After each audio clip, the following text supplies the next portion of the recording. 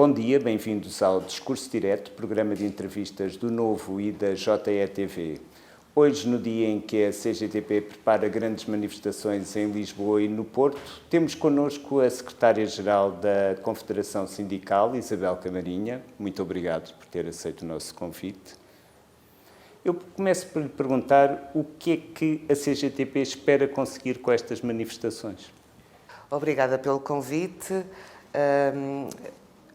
A situação que vivemos é uma situação de enorme degradação das condições de vida e de trabalho dos trabalhadores, mas também de outras camadas da população, reformados e pensionistas, também muito afetados pelo aumento do custo de vida, por todo este acentuar das dificuldades, das desigualdades, e fruto de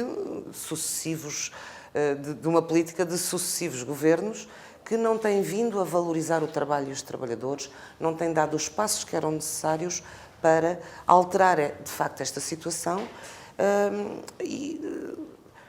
Tivemos a pandemia, agora temos a guerra e as sanções, mas mesmo antes disso já nós tínhamos um modelo estrutural de baixos salários, de precariedade, horários longos e desregulados, desinvestimento e subfinanciamento dos serviços públicos, das funções sociais do Estado e desvalorização dos seus trabalhadores, e isto tinha naturalmente que tem consequências. Tem consequências na vida das pessoas, tem consequências depois com a pandemia e com a guerra e as sanções e este escalar de preços a que estamos a assistir, exigia medidas que não estão a ser asseguradas nem pelo Governo, nem também por parte das entidades patronais, no sentido de dignificarem a vida dos trabalhadores, de aumentarem os salários. Portanto, quando neste momento a CGTP apela aos trabalhadores, de uma maneira geral, aos reformados e pensionistas e mesmo a outras camadas da população que estão afetadas por esta situação, apelamos à participação massiva nas manifestações que vamos realizar em Lisboa e no Porto no próximo sábado, dia 15 de outubro. O objetivo que temos é trazer para a rua aquilo que tem sido intensa luta que os trabalhadores têm realizado nos seus locais de trabalho, em cada empresa, em cada serviço, no setor público e no setor privado, precisamente a dizer que não pode ser, não podem ser sempre os trabalhadores,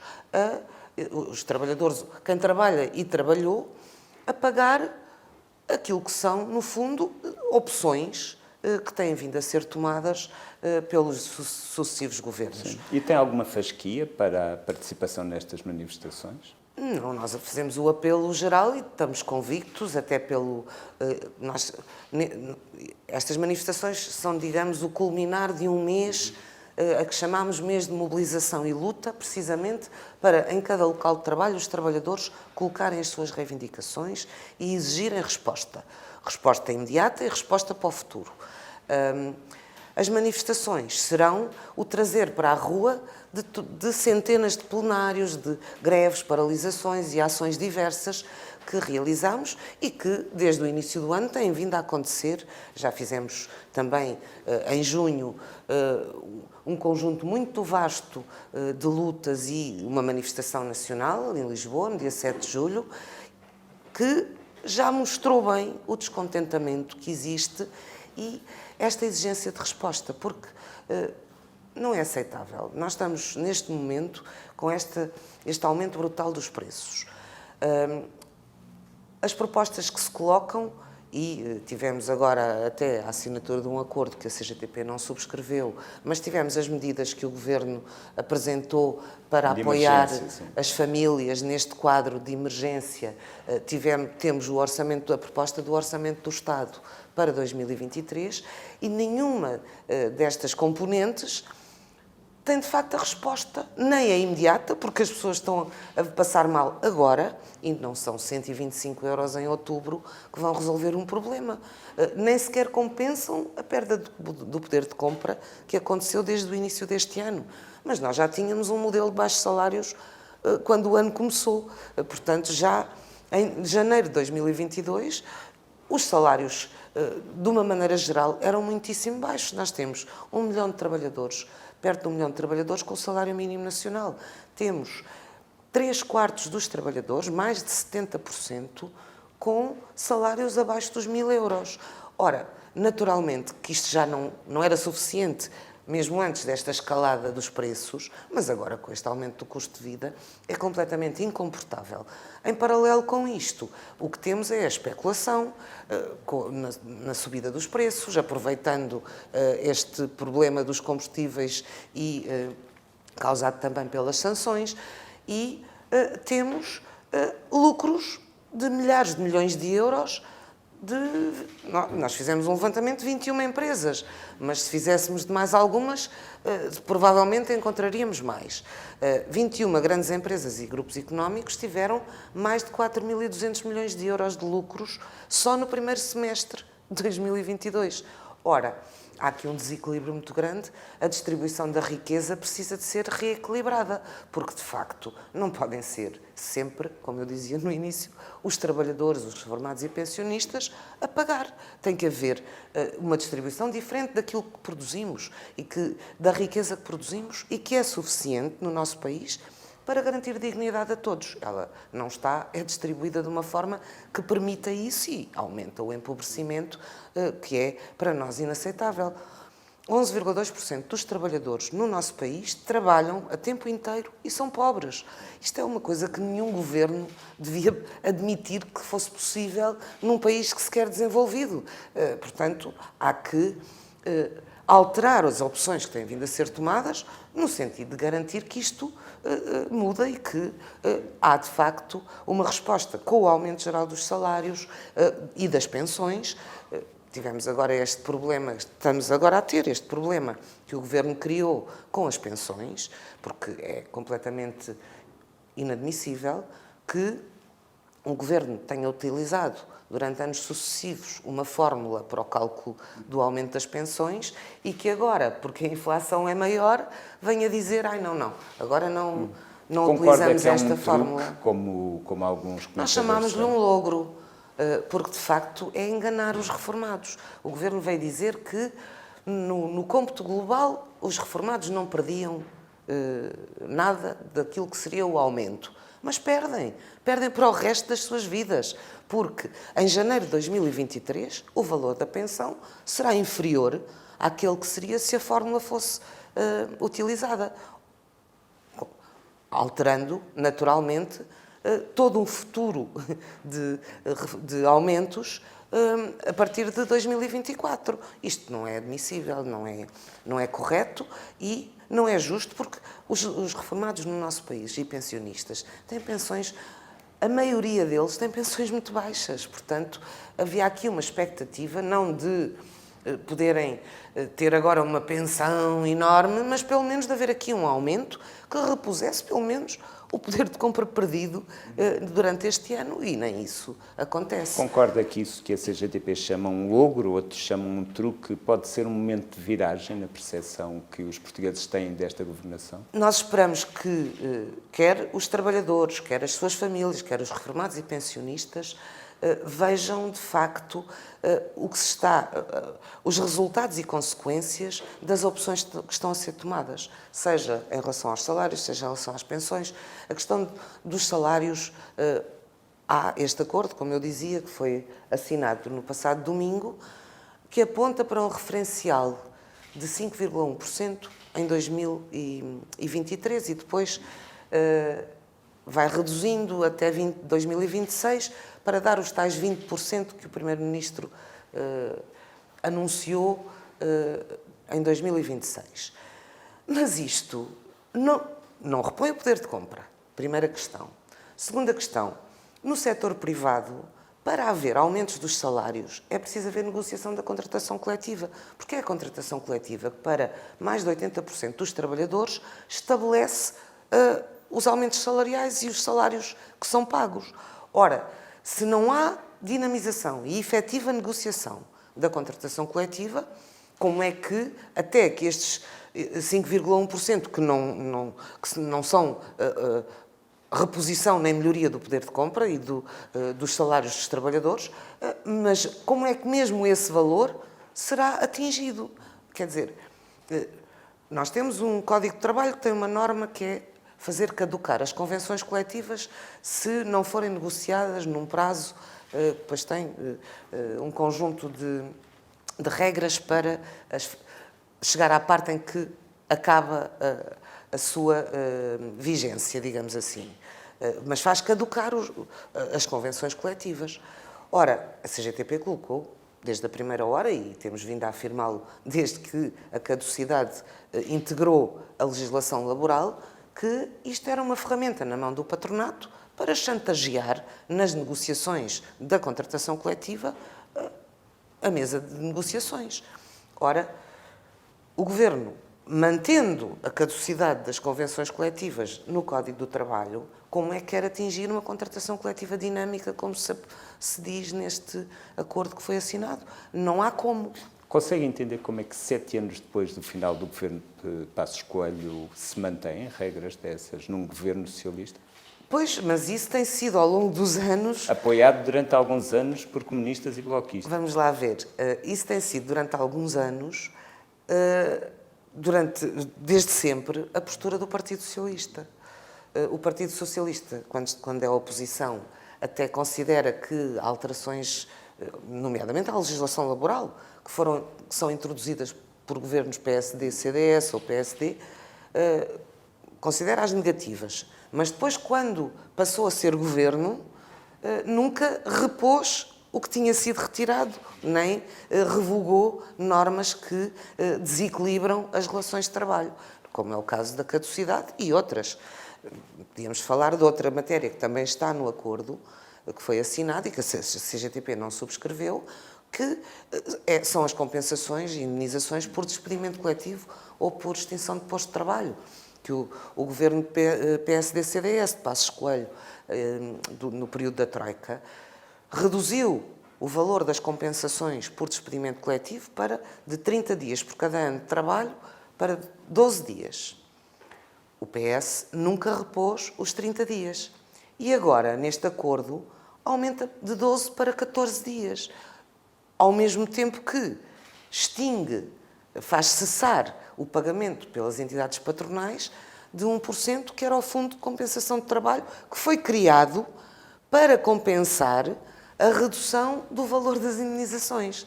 Ou seja, o patronato fica com as duas partes da questão. Fica sem ter que pagar o Fundo de Compensação de Trabalho e fica na mesma com despedimentos baratos, a menos de metade daquilo que deviam ser, porque o PS não repõe os 30 dias por cada ano de trabalho nas compensações, indemnizações por despedimento. Portanto, há aqui dois pesos e duas medidas. O PS acaba por manter aquilo que tem sido alterações gravosas, que a CGTP desde sempre contestou e rejeitou, e muita luta se realizou e muitas acabaram por não incluir a legislação pela luta dos trabalhadores, mas aquelas que acabaram por ser lá colocadas, o PS mantém-nas. Este período que vivemos foi um período, nós temos dito, a CGTP tem valorizado tudo o que se conseguiu melhorar depois da queda do governo PSD-CDS e de haver este governo, este não, os anteriores, minoritários do PS, em que de facto houve obrigatoriedade de negociação, o PS negociou à sua esquerda e isso deu lugar a alguns avanços que nós valorizamos. Mas, em matérias estruturantes, nunca o PS quis dar o passo que devia ter dado, nomeadamente na legislação laboral e também numa maior valorização do trabalho dos trabalhadores, dos salários, das pensões, de quem trabalha e trabalhou. Nunca houve este passo significativo e não houve a revogação, nomeadamente das normas que consideramos gravosas da legislação laboral, que permanecem e mantêm este tal modelo que eu referia, que já vem de há décadas, mas que se vem acentuando, de baixos salários, de precariedade. Não, vejamos, Em 2018, o governo do PS assinou um acordo na concertação social, que a CGTP também não subscreveu, com as confederações patronais e a UGT, para algumas alterações à legislação laboral que tinham o grande objetivo de reduzir a precariedade. Em primeiro lugar, nós consideramos que a precariedade deve acabar, não deve ser reduzida. E para isso é preciso que um posto de trabalho permanente corresponda a um vínculo de trabalho efetivo e a lei tem que garantir isso.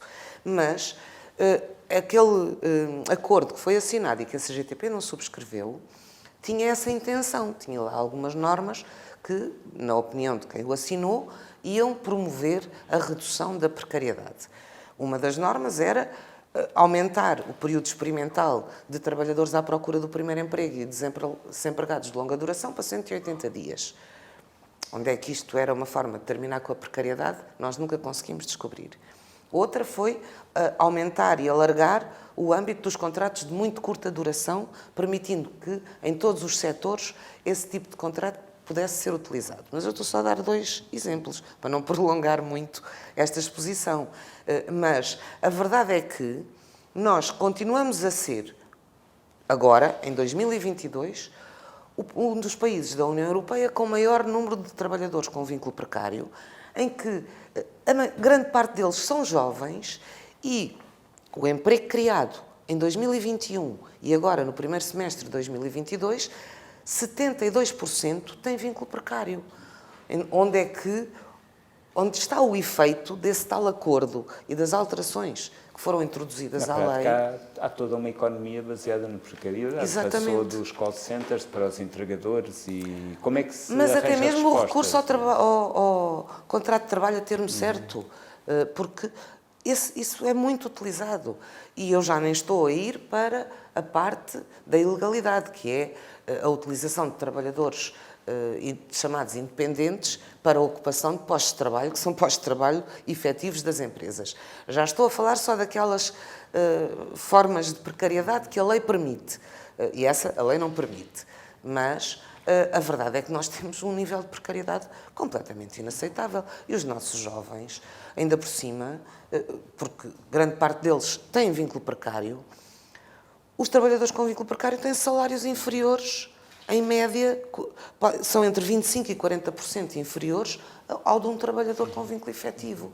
Isto o que é que faz? Os nossos jovens não ficam cá, porque com baixos salários, com vínculo precário, com a habitação, já nem estou a falar agora do aumento brutal para quem comprou casa própria, com o aumento das taxas de juros. Mas ao preço que a habitação já estava mesmo sem isso. Os nossos jovens vão-se embora. É o que estão a fazer, é emigrar. Acentuando ainda mais um problema que nós temos demográfico, de natalidade.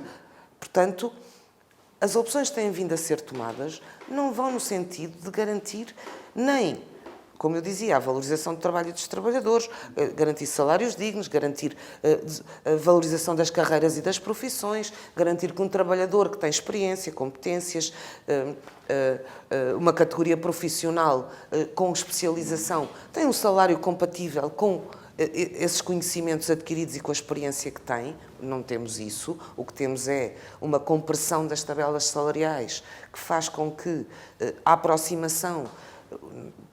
Nós não temos nada contra o aumento do salário mínimo nacional. Achamos até que tem sido insuficiente.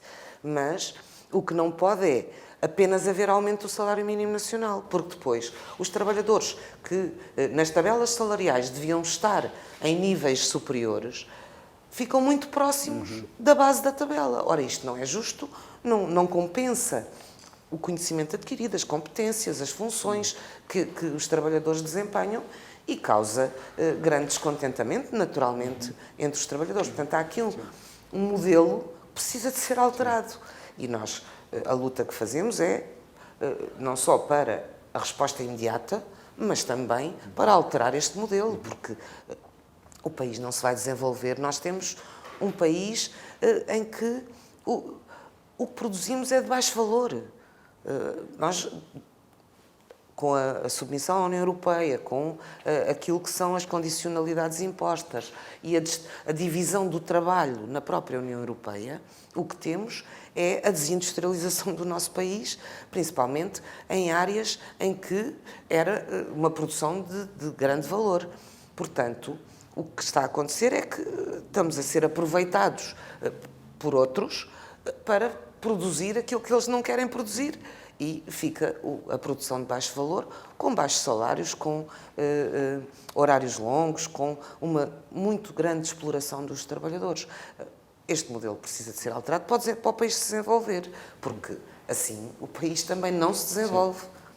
Sendo a CGTP, e aqui penso que não há muita volta a dar nisto, quer as pessoas gostem ou não gostem da CGTP e das suas ações, sendo uma das, provavelmente, a única entidade com poder real para fazer face à maioria absoluta que sustenta o governo, o que é que a CGTP quereria que estivesse no orçamento e no acordo de rendimentos que tornasse aceitável um e outro?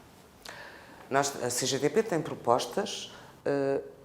Por um lado, há um aspecto a que o Governo não deu resposta, que é a resposta imediata à situação que os trabalhadores estão a viver, e para isso nós temos propostas que apresentámos no 1º de maio, inclusive, no sentido, porque já naquela altura tínhamos um aumento grande dos preços, o Governo nunca pensou, porque na altura dizia-o que era uma coisa conjuntural, nunca pensou que ia atingir os valores que está a atingir, mas já tínhamos um grande aumento, mas que mantemos esta necessidade de resposta já aos trabalhadores, aos reformados e pensionistas, quer no valor dos salários, quer do salário mínimo nacional, quer no valor das pensões, mas também medidas que garantam o fim da especulação, com limite e regulação dos preços dos bens essenciais e taxação dos lucros brutais que as empresas, precisamente,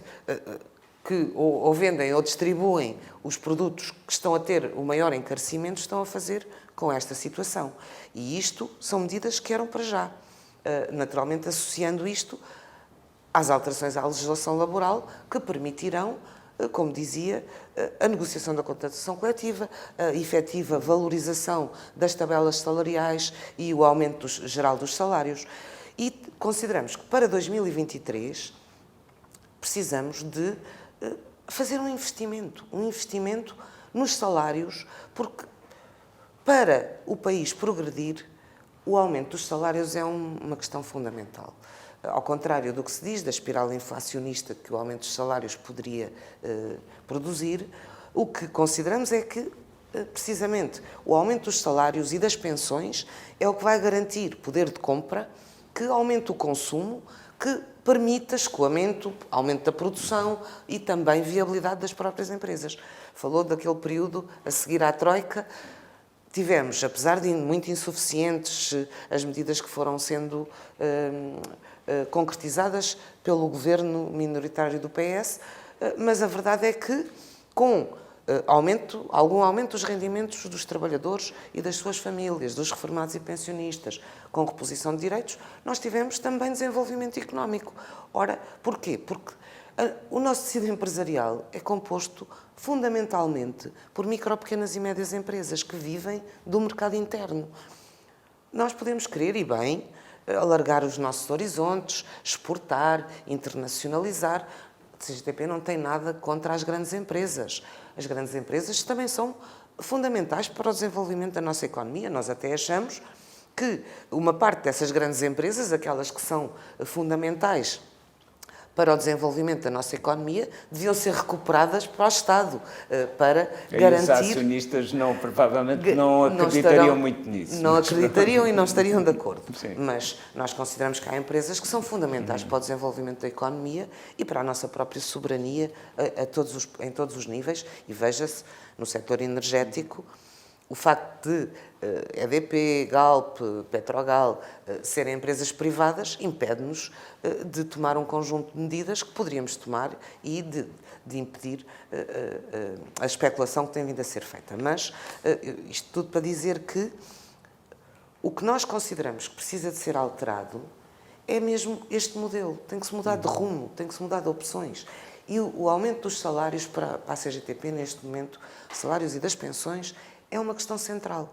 Porque sem isso, nós vamos continuar a regredir, em vez de seguirmos no caminho de progresso, de justiça social e de desenvolvimento do país, estamos a regredir. Estamos a empobrecer trabalhadores e reformados e pensionistas, estamos a aumentar as desigualdades, estamos a manter um modelo e a acentuá-lo que já se viu que não é bom para o país. Portanto, esta é a questão que nós colocamos, a necessidade que colocamos de alterações. As confederações patronais dizem muitas vezes, e tal como a Isabel Camarinha acabou de admitir, a prevalência das micro, pequenas e médias empresas, que subidas no salário mínimo teriam como consequência a falência de muitas dessas empresas. Se isso for verdade, acha que uma empresa que não puder pagar mais salário mínimo do que paga atualmente deve desaparecer, simplesmente? A CGTP o que considera é que qualquer empresa tem que ter condições para pagar salários dignos aos seus trabalhadores que compensem o trabalho que os trabalhadores executam. É para isso que há um contrato de trabalho. É para o trabalhador que vende a sua força de trabalho e o seu conhecimento, a sua experiência, os seus saberes, tenha a compensação justa desse trabalho que desenvolve. Quando se fala das micro, pequenas e médias empresas e se diz que elas não têm condições, o problema não são os salários dos trabalhadores. É um modelo económico que nós temos e a forma como os custos, porque, vamos lá ver, não são os salários dos trabalhadores, não são os custos com os trabalhadores o que pesa nos orçamentos das empresas. Em média, isto são dados do Banco de Portugal, em média, uma empresa, mesmo que seja pequena, não tem um custo superior a 17% com salários. O problema são outros custos que as empresas têm para conseguirem funcionar. E nós temos, por exemplo, a energia, as comunicações, os combustíveis, os seguros. Há um conjunto de custos que esses sim deviam ser, para já, a CGTP defende, que o preço da eletricidade, o IVA da eletricidade devia baixar para 6%, tal como mas noutras globalmente, matérias. e não Globalmente. Não é só numa fatiazinha da conta da eletricidade, porque isso não vai resolver o problema.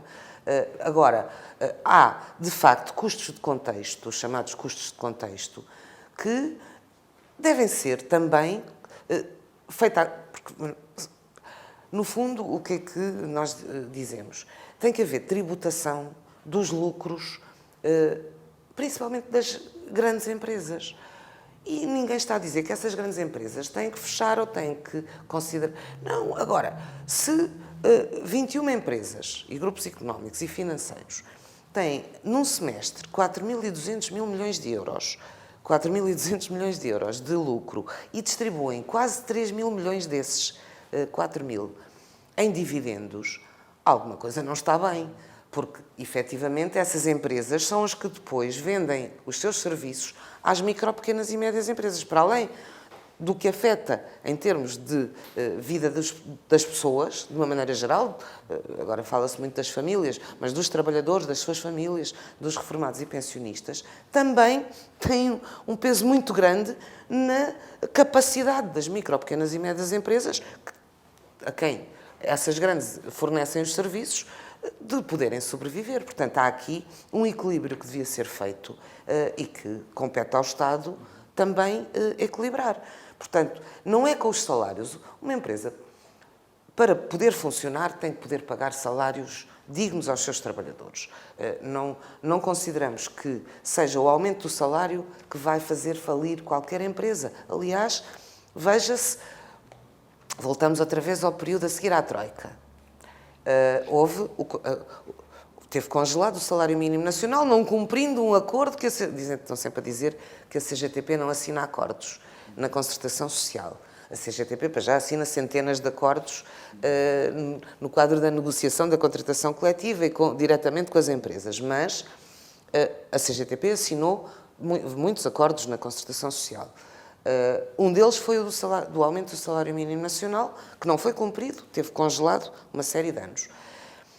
Quando houve o aumento do salário mínimo, a seguir a isso, aqui de El Rei, que as pequenas empresas iam todas fechar porque não conseguiam suportar o aumento sequer, não era o aumento geral dos salários, era sequer do salário mínimo.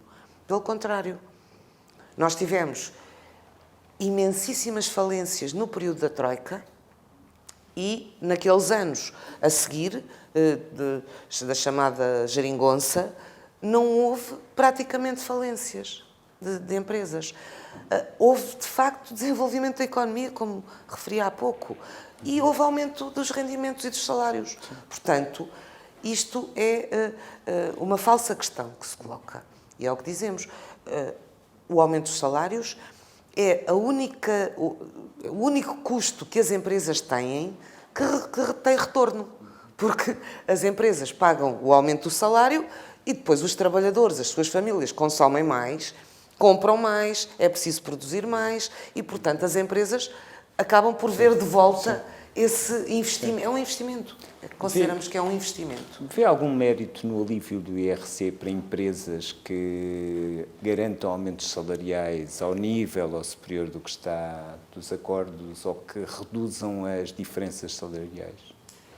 Como eu já disse anteriormente, nós temos uma interrogação muito grande, é como é que isto depois se vai concretizar se não há efetiva negociação da contratação coletiva, com a norma da caducidade. Mas, para além disso, a CGTP considera que o aumento dos salários não deve ter como contrapartida qualquer favorecimento às empresas. Alterações de impostos podem sempre acontecer, mas não como contrapartida de aumentos de salários. Já tivemos anteriormente outras formulações para compensar, nomeadamente o aumento do salário mínimo, que nós rejeitamos, porque as empresas, como eu dizia, têm uma obrigação para poderem funcionar de pagar salários dignos aos seus trabalhadores. Portanto, não há que compensá-las de forma alguma. Mas para além disto, a questão das alterações que o acordo contempla e que foram depois vertidas para a proposta do Orçamento do Estado que foi apresentada pelo Governo, tem outro problema. É que tratam as empresas todas da mesma forma. E a CGTP considera que, por exemplo, empresas que distribuíram milhares de euros em dividendos não deviam ter um prémio de redução do IRC para aumentarem os salários dos seus trabalhadores ou negociarem contratos coletivos de trabalho. Não faz sentido absolutamente nenhum. No Orçamento do Estado, o Governo colocou grande ênfase na contenção do déficit orçamental e na redução da dívida pública. E tem falado muito em prudência em vez de austeridade. Para a CGTP, austeridade é uma palavra que ainda não deve ser utilizada? Eu acho que o Governo tenta fugir a alguns adjetivos, mas a verdade é que, neste momento, a situação dos trabalhadores é de enorme dificuldade. E os trabalhadores, os reformados e pensionistas, são a maioria da população do nosso país. Portanto, esta obsessão pelo déficit, pela redução do déficit e da dívida, esta obsessão pelas chamadas contas certas, o que penalizam são os salários dos trabalhadores da administração pública, que não vão, mais uma vez, pela proposta que o Governo apresentou e que já está incluída na proposta de Orçamento do Estado, não vão, mais uma vez, ver reposto o seu poder de compra, mas vão também ter consequências naquilo que era uma coisa fundamental, que era o investimento na saúde, no Serviço Nacional de Saúde. Não é na transferência de verbas do Orçamento de Estado para pagamento de serviços ao setor da saúde privada.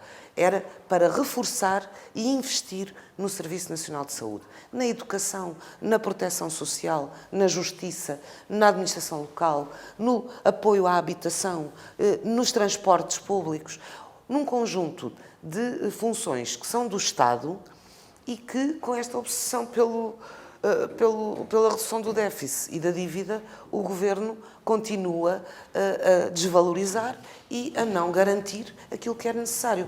Nós ainda não fizemos uma apreciação mais funda, porque o orçamento, a proposta foi apresentada segunda-feira, ainda não houve tempo, é um documento denso e extenso, mas quer pela apresentação que o próprio Ministro das Finanças fez, quer pela uma apreciação mais geral que já fizemos, o que verificamos é exatamente isso. É, mais uma vez, uma obsessão pela redução do déficit da dívida que vai para além até daquilo que são as normas e imposições da União Europeia. Portanto, o Governo está a ir mais longe ainda do que, e nós, como é sabido, não concordamos que o Governo tenha que se submeter a todas as imposições da União Europeia. Nomeadamente, acho que prejudicam o desenvolvimento do país e aquilo que são funções do Estado que devem ser asseguradas. Até porque ir mais longe das metas é algo que este Governo, quando não era Governo, apontava ao Governo anterior. Sim, exatamente. Eles o que criticavam, no fundo, acabam por praticar, mas com consequência, e isso é que é o fundamental, é que esta obsessão tem consequências. E tem consequências muito graves na vida das pessoas, na vida, como digo, dos trabalhadores, dos reformados e pensionistas, das suas famílias, que vão ter maiores dificuldades porque não vão ter, em termos salariais e de valor das pensões, aquilo que era necessário para fazer face ao custo de vida e às necessidades, porque, vamos lá ver, nós não podemos pensar pequenino, nós não podemos pensar que a única coisa que temos que garantir são as necessidades mais básicas das pessoas. Não, as pessoas têm direitos a usufruir, a viver a sua vida com dignidade e com acesso a um conjunto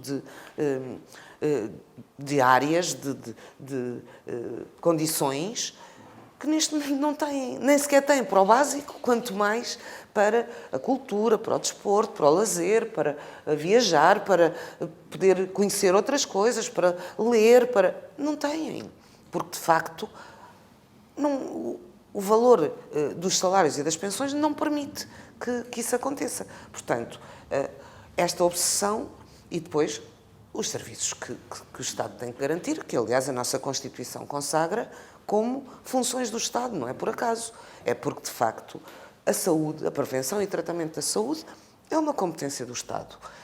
O setor privado pode ser um complemento, não pode ser quem proporciona, porque proporcionam sempre com a visão no lucro e não naquilo que era necessário, que era o acesso geral e gratuito de todos à prevenção e tratamento da saúde, tal como da educação, como de outras áreas. O próprio Presidente da República, que em tempos era acusado de ser que ele não era acusado, ele apontava o irritante otimismo do Primeiro-Ministro, confessou-se mais pessimista do que o Governo no que toca à inflação para o próximo ano.